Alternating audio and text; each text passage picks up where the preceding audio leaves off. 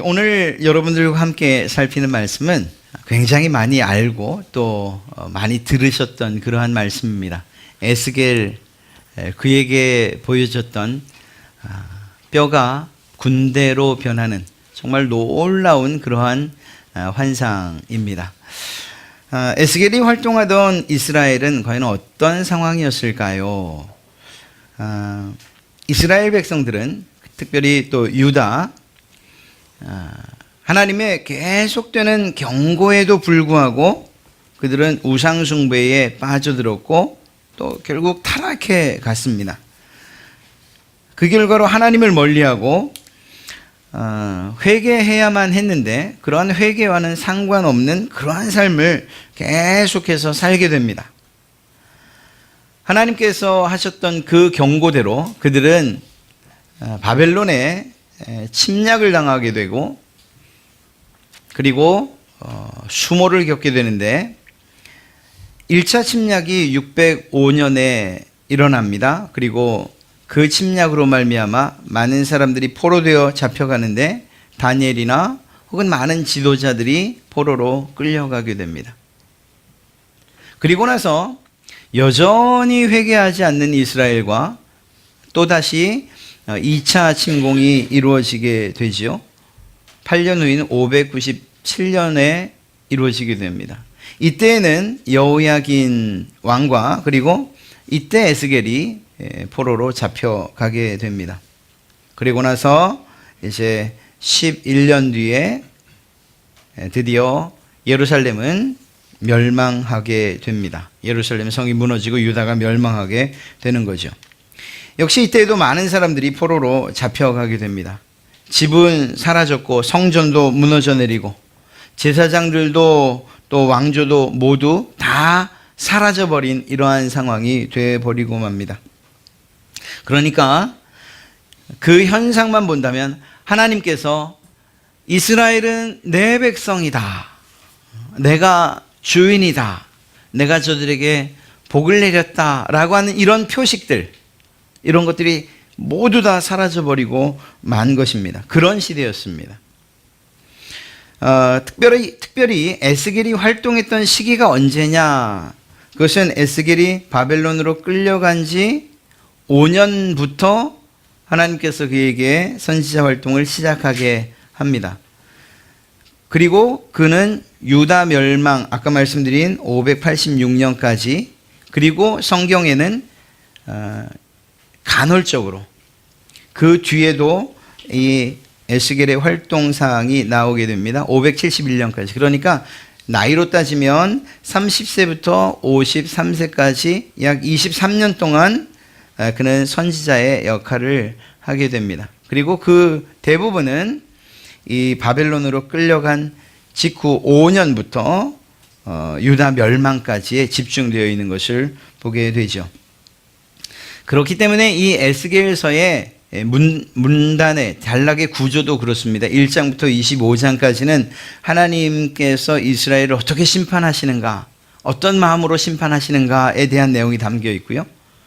25장부터 마지막 48장까지는 하나님께서 그럼에도 불구하고 이스라엘 백성들을 어떻게 회복하실 것인가, 다시금 이스라엘을 세워 가실 것인가에 대해서 예언하는 내용으로 기록되어 있는 것을 보게 됩니다. 말씀드린 것처럼 예루살렘에 남은 사람들, 끌려간 사람들은 그렇거니와 이 예루살렘에 남은 사람들, 유다의 남은 백성들은 어떤 모습이었을까 생각해 보면 처참하기 이를 데 없었을 것입니다. 이 앞서 잡혀갔던 사람들을 보면 왕족들, 선지자들, 혹은 유식한 자들, 유능한 자들 다 잡아갔지 않습니까? 그러니까 소위 지도자들이라고 하는 사람들이 다 잡혀갔습니다. 그리고 남아있는 사람들은 이게 어떤 경제 활동이든지 혹은 특별히 나라를 세워가고 이러한 정치적인 활동에 어떤 미미한 힘을 가진 사람들, 그러다 보니까 정치적으로나 경제적으로나 혹은 국방력에 있어서도 아무런 힘을 가질 수가 없었습니다. 그런 상황 가운데서 땅은 황폐해져 가고 많은 고통을 당할 수밖에 없었던 거죠. 이스라엘 백성들이 그런 상황이 되고 나니까 물론 포로로 잡혀간 사람들도 마찬가지였지만 남은 사람들이 어떤 이야기를 하고 어떤 탄식을 합니까? 우리에게 과연 소망이 있습니까? 하나님이 과연 우리와 함께 하시기는 하시는 겁니까? 우리는 언제쯤 회복되어집니까? 이런 탄식을 할 수밖에 없는 것입니다. 에스겔서는 이렇듯이 절망적인 상황에 있는 이스라엘 백성들의 질문, 그들의 탄식에 대답을 주고 있어요. 물론 1장부터 24장까지는 이스라엘 백성들이 어떻게 고난을 받게 될지 또 어떤 하나님의 심판 가운데 놓이게 될지에 대해서 이야기하고 있지만 25장부터 48장까지는 그렇게 묻는, 우리에게 과연 소망이 있습니까? 하나님이 우리를 사랑하기는 하시는 겁니까? 살아계십니까? 우리와 함께 계십니까? 이렇게 묻는 그 백성들에 대한 대답을 해주고 있는 것. 그래서 여전히 사랑하고 있고 여전히 너희와 함께 있고 내 마음이 아프다라고 하는 이러한 하나님의 마음을 대변하면서 그들에게 회복의 메시지를 전해주고 있는 것이죠. 그리고 그 시작은 25장의 그 시작은 이방 나라들, 열방, 그 주변에 있는 열방 나라들을 심판하겠다라는 이러한 예언으로부터 시작됩니다. 암몬이나 모압, 에돔, 블레셋, 두로와 시돈, 애굽, 이러한 기타 등등 그 주변에서 끊임없이 이스라엘을 괴롭혔던 그 나라들을 심판하시는 것으로부터 하나님은 이스라엘의 회복을 이야기해 주고 계신 것입니다. 이렇게 에스겔서가 쭉 있는데 그 가운데에 가장 강력한 메시지, 오늘 여러분과 함께 읽은 말씀이죠. 이스라엘이 반드시 회복될 것이라는 사실을 오늘 이 37장 한 장에서만으로도 우리는 충분히 알게 되고 또한 공감하게 될 것입니다. 오늘의 말씀을 통해서 사랑과 능력의 하나님, 그리고 신실하신 그 하나님을 다시 한번 경험하시기를 주님의 이름으로 축복합니다. 여러분, 여기에서 어떤 중요한 한 단어를 뽑으라고 한다면 이스라엘의 형편과 상황을 이야기하는 한 단어를 뽑으라고 한다면 그것은 아마도 마른 뼈일 것입니다. 아주 마른 뼈, 골짜기에 가득 차 있는 이 마른 뼈 말입니다. 이 마른 뼈라고 하는 이 단어가 의미하는 것은 명확합니다. 죽었다는 것이고 허무하다는 것일 뿐만 아니라 의미 없고 또한 소망이 없다는 것을 의미하는 것이죠. 이들에게서 자기 힘으로 다시금 일어날 수 있는 어떤 기대도 할 수 없다는 것을 이 마른 뼈, 아주 마른 뼈, 오랜 시간이 흘렀다는 것을 말하는 것이죠. 이 아주 마른 뼈라는 단어에서 우리는 충분히 알 수 있습니다. 어찌 보면 이것은 모든 인생의 마지막 모습이기도 할 것입니다. 이스라엘 백성들의 적나라한 모습, 지금 현재의 모습이 어떠냐? 마른 뼈와 같다. 그 어떤 소망도 없고 어떤 기대도 할 수 없는, 그리고 이스라엘 백성들 뿐만 아니라 더 나아가서 죄악 중에 있는, 하나님의 은혜와 사랑을 알지 못하던 그때의 우리의 모습과도 같다는 거예요. 우리가 하나님의 은혜와 사랑을 안다는 전제 하에서 말입니다. 만약 그 사실을 아직도 모른다면 여전히 우리는 살아있는 모습이지만 마른 뼈에 불과해요. 소망 없는, 그리고 그렇게 바람과 함께 사라져버릴 그러한 1차적으로는 이 마른 뼈가 무엇을 의미할까요? 말씀드린 것처럼 이스라엘의 현재 상황을 이야기하고 있습니다. 이스라엘 백성들이 살아나서 다시금 자신들의 땅으로 돌아가서 살 희망이 전혀 없다는 거예요. 지금 그 땅에 남아있는 사람들도 스스로 나라를 일으켜 세우고 예전의 영광을 회복한다? 그럴 수 없다는 거예요. 자기의 힘으로는 결코 그럴 수 없다는 것을 이 마른 뼈에서 우리는 보게 됩니다. 경제력도 없지요. 국방력도 없어요. 정치 세력들은 다 잡혀갔어요. 나라를 조직할 수 있는 그 어떤 사람들도 없고 조그만 공동체 하나 운영해 갈 수 없어요. 스스로 자기들을 지킬 수 있느냐? 성벽들은 다 무너져 버려서 맘만 먹으면 주변에 있는 괴롭히려는 나라들이 언제든지 쳐들어올 수 있는 그런 상황. 그것이 지금 무너져버린 유다 백성과 그 땅의 현실입니다.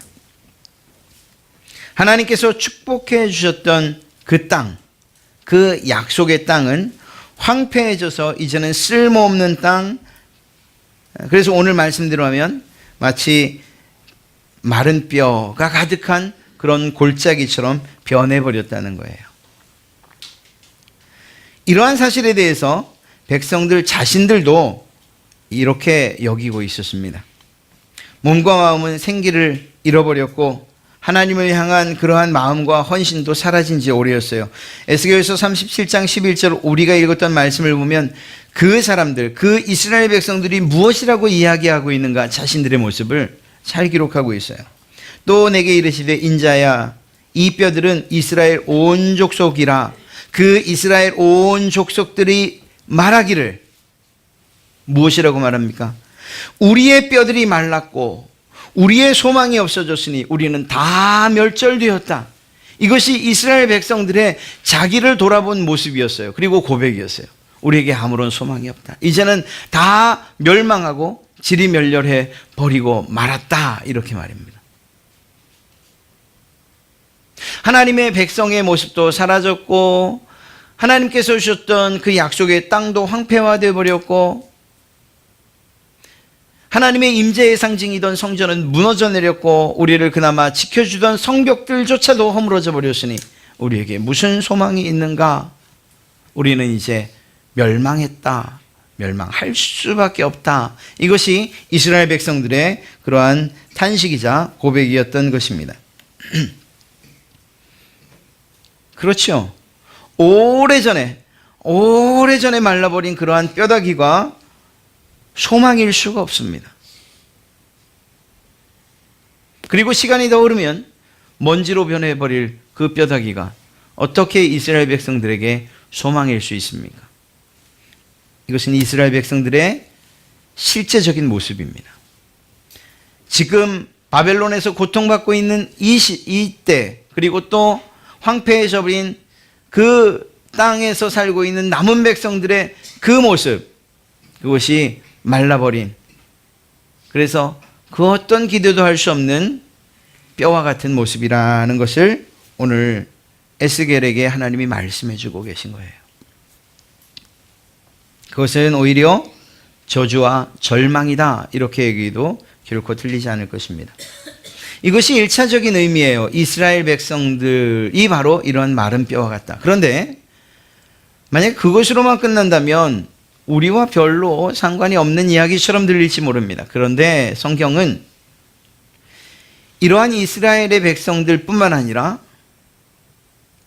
바로 우리의 모습이 그런 모습이었다. 여러분과 저의 모습이 이런 말라 비틀어진, 그래서 아무런 소망도 아무런 기대도 할 수 없는 뼈다귀와 같은 이러한 모습이었다. 이렇게 이야기를 하고 있는 것입니다.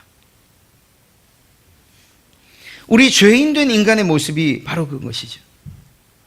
하나님과의 관계가 단절된 이후에 에덴 동산으로부터 쫓겨난 인간의 모습. 살아서 숨을 쉬고 있다고는 하지만 결국에는 사망을 향해서, 그리고 그 사망으로 들어갈 수밖에 없는 이러한 절망적인 모습, 이것이 마치 마른 뼈와 같은 모습이라는 거예요. 바로 우리의 모습. 로마서 6장 23절은 분명하고 정확하게 선언하고 있습니다. 죄의 삭은 사망이요 하나님의 은사는 그리스도 예수 우리 주 안에 있는 영생이니라. 죄의 삭은 사망이라. 아담과 하와의 그 죄, 그 죄의 삭스로 말미암아 모든 인류는 사망으로, 죽음으로 그 마지막을 맞이할 수밖에 없었어요. 우리의 몸은 썩어지는 그러한 사망으로, 우리의 영혼은 하나님과 단절되는 그러한 사망으로 말입니다. 하나님과의 관계가 완전히 끊어져 버린 그런 소망 없는 사람이 되어버리고 만 것이죠. 사도 바울은 이러한 상태, 지금 예수 그리스도의 은혜를 알지 못하는 이러한 상태를 어떻게 이야기하고 있는가? 에베소서 2장 1절부터 5절 사이에 분명하게 이야기하고 있습니다. 그는 허물과 죄로 죽었던 너희를 살리셨도다. 허물과 죄로 죽었던, 하나님의 은혜를 입지 못하고 그리스도의 그 놀라우신 구속 사건을 경험하지 못한 모든 사람들은 죄와 허물로, 허물과 죄로 죽은 사람들이라는 거예요. 죽은 사람들. 이 사실을 동의하지 못하기 때문에 하나님께로 나오지 못하는 거예요. 바울은 계속해서 말합니다. 그때 너희는 그 가운데서 행하여 이 세상 풍조를 따르고 공중의 권세 잡은 자를 따랐으니 곧 지금 불순종의 아들들 가운데서 역사하는 영이라. 전에는 우리도 다 그 가운데서 우리 육체의 욕심을 따라 지내며 육체의 마음이 원하는 것을 하여 다른 이들과 같이 본질상 진노의 자녀이었더니 죄와 허물로 죽은 자들의 마지막은, 그리고 그 본질은 진노의 자식들 뿐이라는 거예요. 죄와 그리고 또한 허물로 죽은 자들의 마지막은 하나님의 진노 가운데에 멸망당할 수밖에 없는 자들이라는 것을 사도 바울은 분명히 이야기하고 있는 것입니다. 그런데 하나님의 긍휼이 그들에게 베풀어진 거예요. 바울은 계속해서 이렇게 말합니다. 긍휼이 풍성하신 하나님이 우리를 사랑하신 그 큰 사랑을 인하여 허물로 죽은, 죄와 허물로 죽은 우리를 그리스도와 함께 살리셨고 너희는 은혜로 구원을 받은 것이라. 아멘. 우리의 모습이 허물과 죄로 이미 죽은 자라는 사실을 인정하지 않는 이상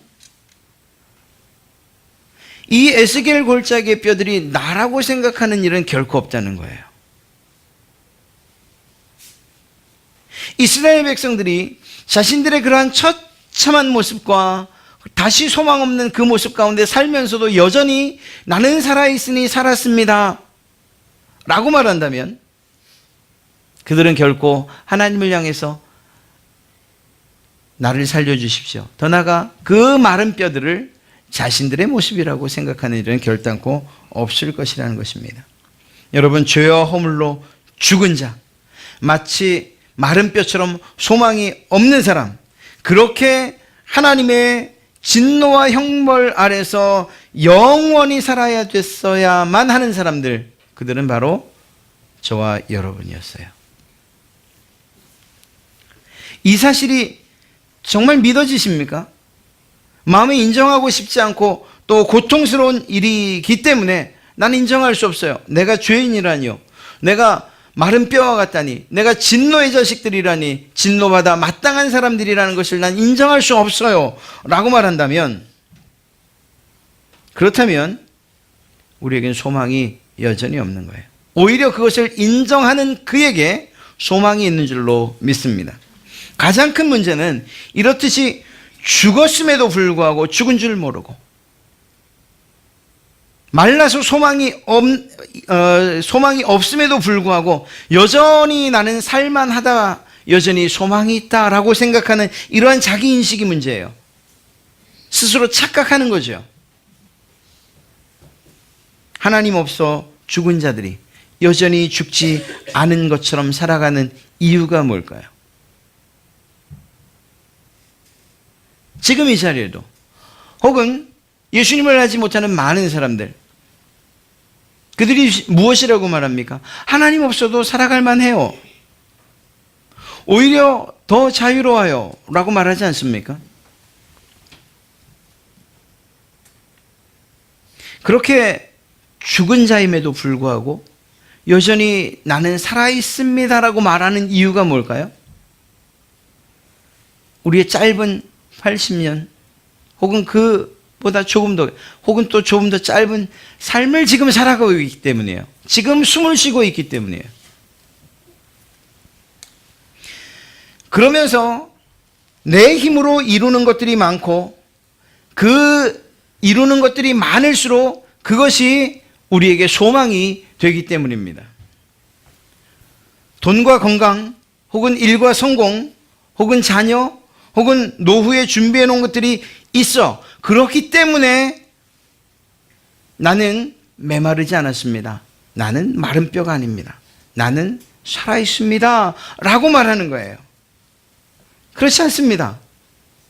이러한 것들은 여전히 마른 뼈를 가리고 있을 뿐이에요. 오히려 이것들이 사라지는 그날 우리는 우리의 본래 모습을 더 적나라하게 보게 돼요. 죄송스러운 말씀이지만 사업에 망하고 내가 소중히 여기던 것들이 사라져버리고 사랑하는 이들이 떠나고 때로는 우리가 정말 절망할 수밖에 없는 그런 질병 가운데로 막 몰아져갈 때 그때 하나님의 은혜를 구하는 이유가 바로 여기에 있는 거예요. 그때 우리의 모습을 볼 수 있기 때문인 거죠. 때로는 그래서 고난이 우리에게 은혜가 되는 것이라고 말하는 것입니다. 우리에게 주어지는 그리고 우리가 누리는 그러한 축복이라고 말하는 것들이 때로는 우리의 본래 모습들을 가리는 일들이 더 많기 때문인 것입니다. 겉으로는 깨끗이 상처가 치유된 것 같으나 속으로 썩어가고 있다면 그것처럼 가장 위험한 일이 어디 있겠습니까? 우리는 이미 죽어 아무런 소망 없는 마른, 이미 오래전에 마른 뼈다귀와 같은데 그래도 내가 살아있다고 말하는 것, 그것처럼 큰 착각이 어디 있냐 하는 것입니다. 그렇기 때문에 여러분이 정말 하나님의 은혜와 그리고 그분의 사랑, 그분의 신실하심을 경험하기를 원한다면 우리는 1차적으로 내가 죄인입니다, 내가 마른 뼈와 같습니다 라는 이 고백으로 하나님 앞에 나가야 돼요. 우리의 믿음의 선배들은 이 사실을 알았기 때문에 책 한 권을 쓰고 교리서 한 권을 쓰는 데에도 그 순서를 아주 중요하게 생각했던 거예요. 저희가 공부했던 하이델베르그 요리문답 보세요. 그 앞에 하나님은 어떤 분이신지, 하나님이 얼마나 사랑이 많으신지, 그 하나님께서 우리에게 어떤 사랑, 예수 그리스도를 통해서 이 놀라운 사랑을 베푸셨다 이렇게 말하지 않아요. 그 시작은 죄를 다루고 있어요. 여러분 한번 생각해 보시겠어요? 여러분이 길을 가시다가 당신은 죄인입니다 이 사실을 아십니까? 이렇게 말하면 그 사람이 정말 마음이 온유하지 않은 이상 아마 욕 한마디 해주고 갈 것입니다. 누가 그런 이야기를 듣고 싶어 하겠어요? 여러분이라고 다르겠습니까? 여러분에게 제가 날마다 이 말씀을 시간을 통해서 그나마 하나님이 기회를 주시니 여러분 죄인입니다 라고 말하지, 사적인 자리에서 오고 가는 길에 여러분을 만나서 당신 죄인입니다 이렇게 얘기하면 좋아할 사람이 어디 있겠어요?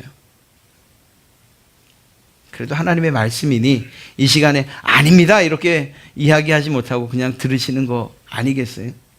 그러나 이게 사실이에요.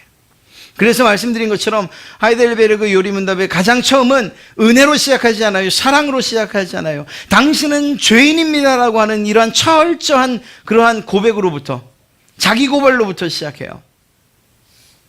그리고 그 죄인이 당할 수밖에 없는 죄의 비참함을 아주 상세하게 다뤄요. 그리고 그 죄의 비참함은 이 세상에서뿐만 아니라 우리가 죽어 가게 될 그곳에서도 죄의 비참함은 이어지며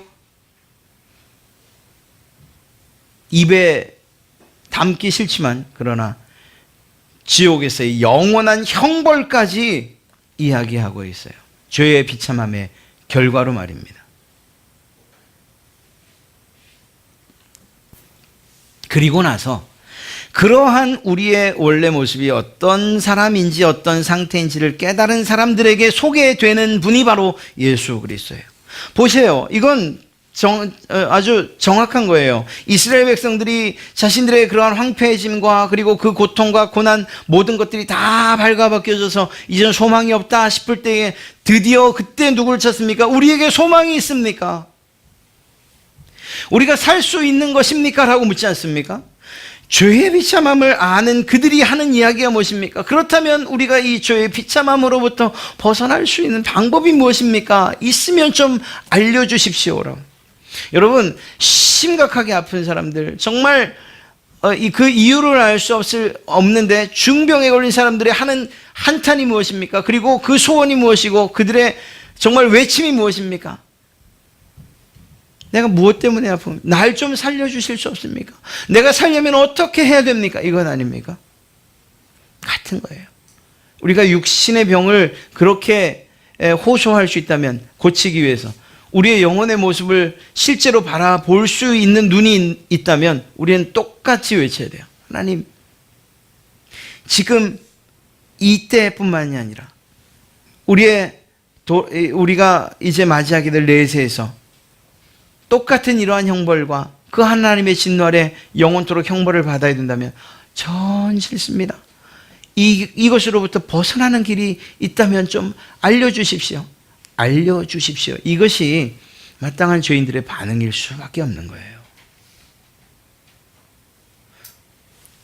앞서 마른 뼈들임에도 불구하고 그것을 인식하지 못하고 그대로 살아가는, 그리고 살아있다고 말하는 이유가 무엇입니까? 오히려 더 풍족하기 때문이고, 더 세상 일에 바쁘기 때문이고, 더 건강하기 때문이고. 그래서 그것들이 우리의 본 모습을 가리고 있기 때문이라고 이야기해도 결코 틀리지 않을 것입니다. 분명한 것은 뼈 자체, 그리고 그 자신에게는 아무런 소망도 없다는 거예요.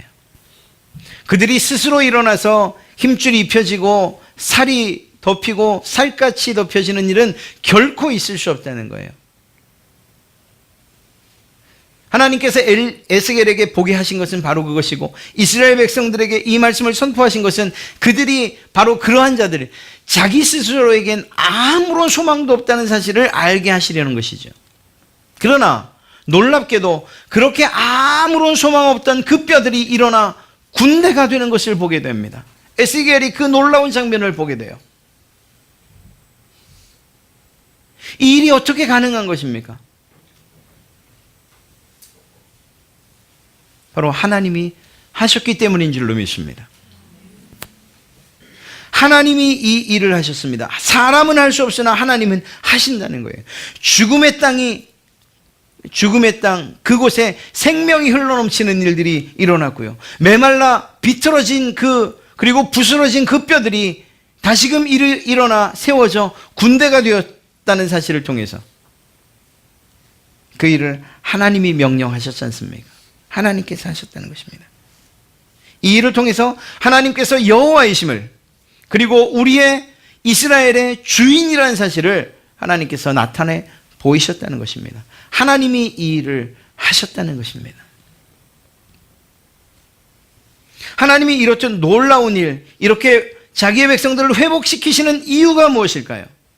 여러분들을 죄와 사망 가운데서 끌어내서 영원한 생명을 허락하시고 하나님이 나와 여러분과 함께 하시겠다고 약속하신 그 약속을 우리에게 신실히 이어가시는 이유가 무엇일까요?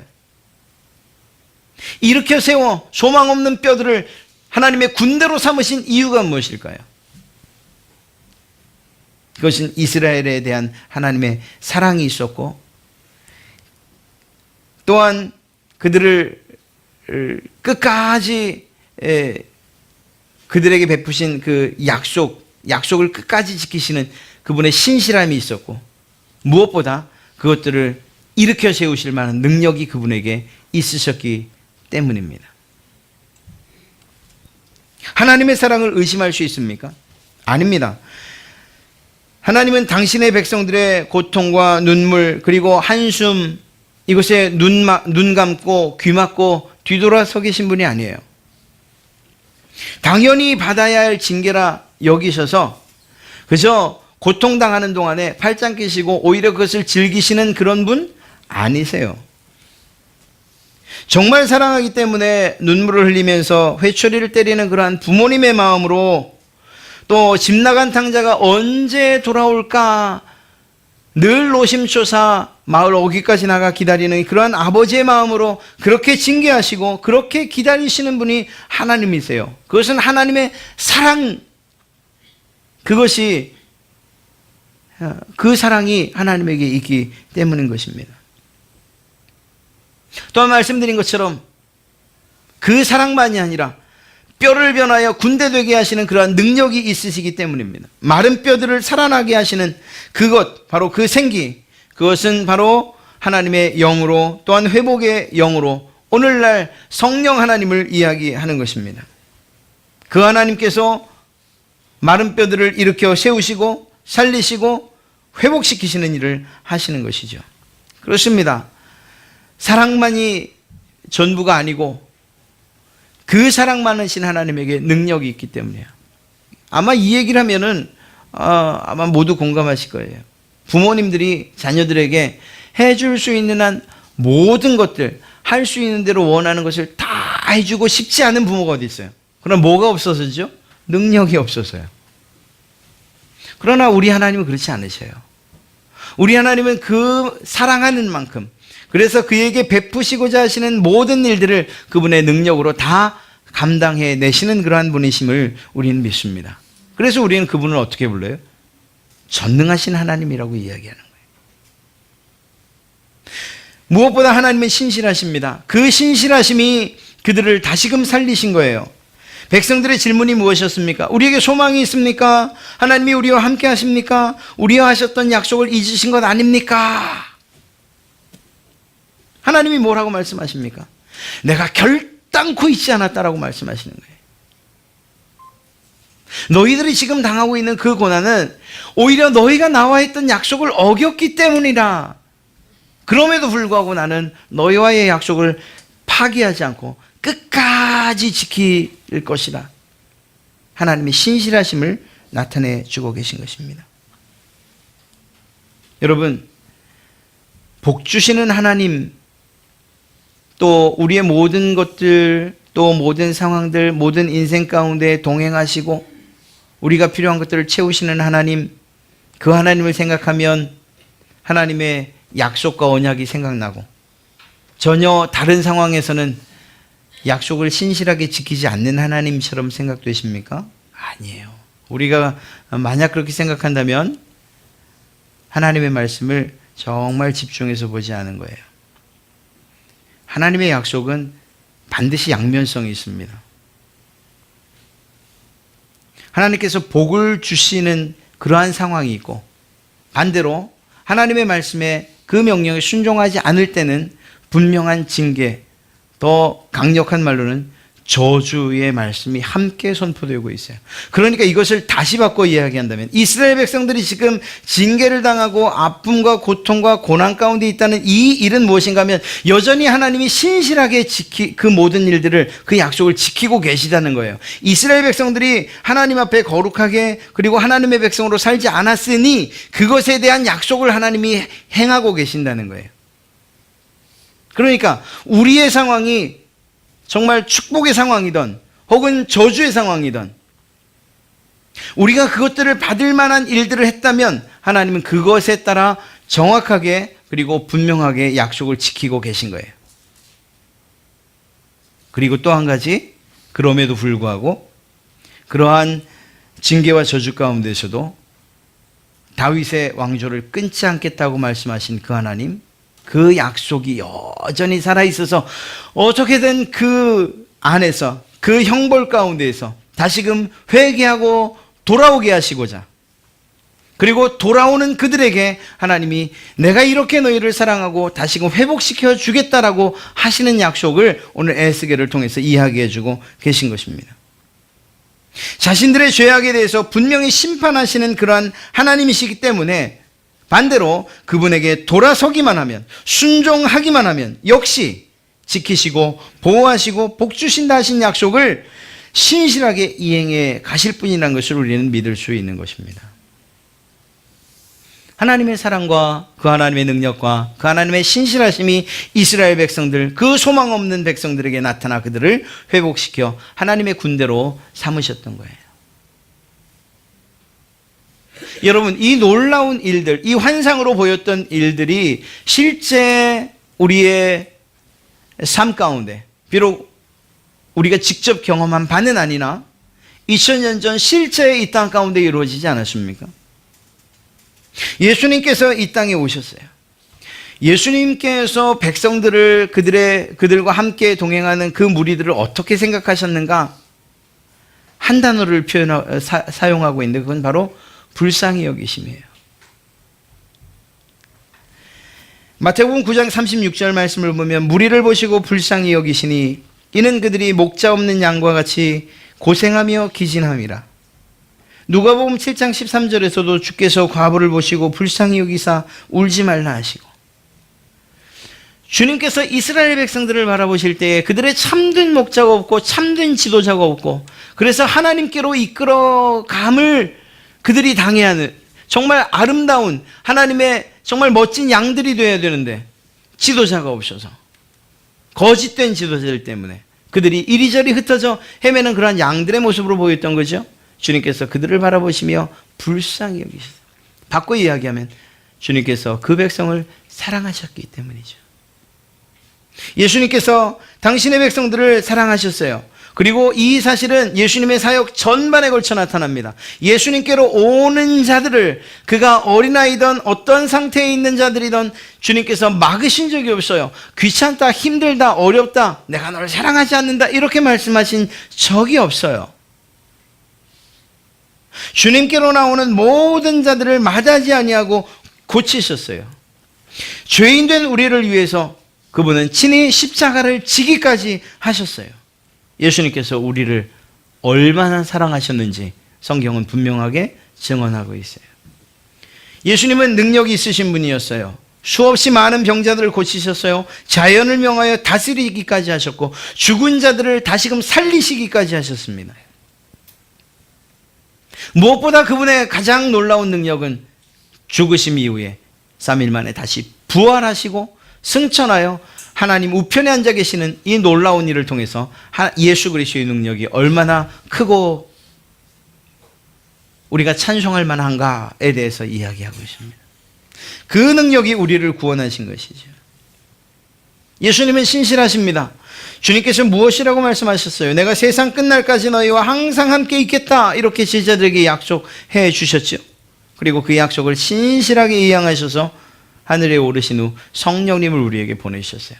성령님은 예수 그리스도 그분이 하셨던 말들과 그분이 우리에게 증거하셨던 증언들을 생각나게 해주시고, 그리고 무엇보다 우리가 직접 예수 그리스도를 만나지 못했지만, 그분의 음성을 듣지 못했지만, 그러나 그 성령님께서 우리 안에서, 여러분 안에서 작용해서 구원의 참된 진리를 알게 하시고, 그 진리의, 그 구원의 중심에 예수 그리스도가 계시다는 그 사실을 우리로 하여금 깨닫게 해 주셨어요. 그리고 끊임없이 우리가 잊을 때마다 그 사실들을 일깨워 우리의 삶에 구원을 적용시켜 주고 계셔요. 우리가 주님 앞에 가는 날까지 그분의 일은 계속될 것입니다. 우리가 얼마나 연약해요. 쓰러질 때마다, 잊을 때마다, 그때마다 마치 잠자는 어린아이를 깨우는 것처럼 우리를 일깨워 세우시면서, 예수님께서 이렇게 말씀하셨는데, 너에게 구원을 이렇게 적용시키셨는데, 죽기까지 너를 사랑하셨는데 그 사랑을 잊으면 안 되지 않느냐고 우리를 일깨우시는 거예요.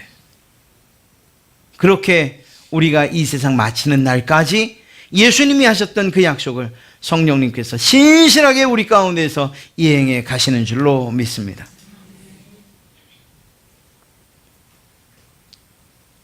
우리 할 일이 뭐냐는 거예요. 여러분, 에스겔이 했던 일이 뭐죠? 대언. 하나님의 말씀을 대신 전한 거예요. 한 가지 꼭 기억해야 되는 게 있습니다. 에스겔에게 능력이 있었던 게 아니에요. 에스겔의 말의 능력이 있었던 게 아니에요. 에스겔이 그때 어떤 특별한 액션이나 행동을 취했던 게 아니에요. 능력은 하나님의 말씀에 있었던 것이지, 에스겔은 그저 전하는 도구로만 사용되었다는 사실을 꼭 기억하시기 바랍니다. 이건 한편으로 우리에게 부담도 되지만 한편으로 큰 위로가 되기도 합니다. 특별히 복음을 증거하는 이 일, 전도하는 일에 열심이신 여러분, 이 말씀이 여러분에게 큰 위로가 될 줄로 믿습니다. 로마서 10장 14절 말씀을 보면 그런즉 그들이 믿지 아니하는 일을 어찌 부르리요, 듣지도 못한 일을 어찌 믿으리요, 전파하는 자가 없이 어찌 들으리요. 복음을 전하는 자, 복된 소식을 말하는 자, 전파하는 자가 있을 때 비로소 듣는 이들이 있는 거예요. 듣는 이들이 어떻게 되는가는 중요한 게 아니에요. 적어도 우리에겐. 에스겔은 그저 하나님의 말씀을 대언했을 따름이고, 그 이후 그 마른 뼈들이 큰 소리를 내면서 맞아떨어지고 그 위에 살이 입혀지고 살같이, 근육과 살같이 입혀진 것, 이것은 하나님께서 하신 일이에요. 말씀드린 것처럼 하나님의 사랑이 그 일을 했고, 하나님의 능력이 그 일을 했고, 하나님의 신실하심이 그 일을 이루신 거예요. 에스겔은 그저 전했을 따름이에요.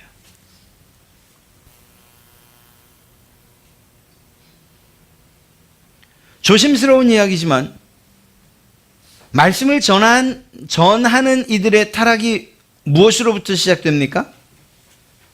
하나님이 하신 일을 내가 했다라고 생각하면서부터 시작되는 거예요. 결단코 그렇지 않습니다. 혹여 우리 가운데 어떤 치유의 역사가 일어났다 하더라도 그것은 하나님이 하신 일이에요. 제가 혹시 기도해서 낫다 하더라도 그것은 하나님이 하신 일이에요. 그것을 제가 한 일로 착각한다면 여러분들도 크게 잘못하시는 거예요.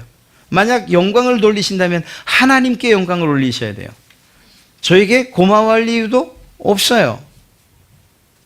그저 저는 해야 할 일, 그저 기도를 했을 따름인 것이죠. 다른 모든 일들도 마찬가지예요. 하나님의 말씀이 제대로 선포되어지고 그 말씀에 반응하는 것으로서 교회가 성장했습니까? 그렇다 하더라도 이것 또한 하나님이 하신 일이에요. 그래서 목사의 자랑이 될 것은 전혀 없어요. 이건 바꾸어 목사들에게도 위로가 됩니다. 혹시 부응하지 않아도 그렇다 하는 겁니다. 하나님의 말씀, 그 말씀에 능력이 있어요. 그 말씀에 생명이 있습니다. 그 말씀으로 회복되고 그 말씀으로 치유되는 줄로 믿습니다. 사람에게 능력이 있는 게 아니에요. 여러분들도 마찬가지예요. 여러분이 마음껏 자녀를 축복하시고, 또 여러분들이 마음껏 구역원들이나 또 혹은 이웃을 위해서 기도해 주시고, 또 때로는 병 낫기를 위해서 기도해 주세요. 그러나 이 한 가지는 잊지 마세요. 그저 우리는 기도할 따름이고 그저 전할 따름입니다. 모든 역사는 하나님이 하십니다. 이 사실 말입니다. 그렇다면 그렇게 우리가 늘 겸손하고 오히려 교만한 것이 아니라 낮은 자리에서 주의 일을 감당한다면 여러분에게도 놀라운 능력들, 하나님께서 여러분들의 말에 권세를 주실 것이고 힘을 주실 것이고 여러분들이 선포하는 것들이 이루어지는 그러한 은혜를 베푸실 줄로 믿습니다. 여전히 겸손히 제가 아니고 하나님이 하십니다라고 고백한다면 말입니다. 복음을 전하는 일들도, 우리가 신앙생활을 하는, 그리고 또 신앙생활을 통해서 하나님께서 이루시는 그 모든 일들도 우리가 한 것이 아닙니다. 내가 한 것이 아닙니다. 조금 더 확장한다면 내가 1000번을 기도했기 때문에 이루어진 게 아니에요.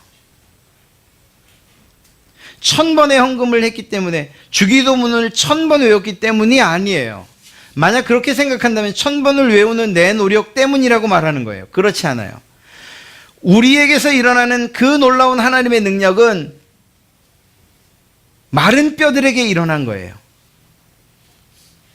우리가 1000번을 기도하고 10,000번을 기도해도 우리는 그저 마른 뼈에 불과해요. 하나님이 역사하지 않으시면 아무런 일도 일어나지 않을 것이라니까요. 그러니 우리가 우리 자신을 믿거나 혹은 맹신하지 말고 오히려 하나님을 전적으로 신뢰하고 하나님의 그 사랑과 그 능력과 그 신실하심을 의지해서 하나님 앞에 더 가까이 나가는 이러한 일들이 필요할 줄로 믿습니다. 그렇게 나갈 때 하나님께서 여러분들을 회복시키시는데 놀랍게 회복시키실 것이고, 그 회복의 은혜로 말미암아 이 세상 가운데에서도 넉넉히 승리하며 살아가게 하실 줄로 믿습니다.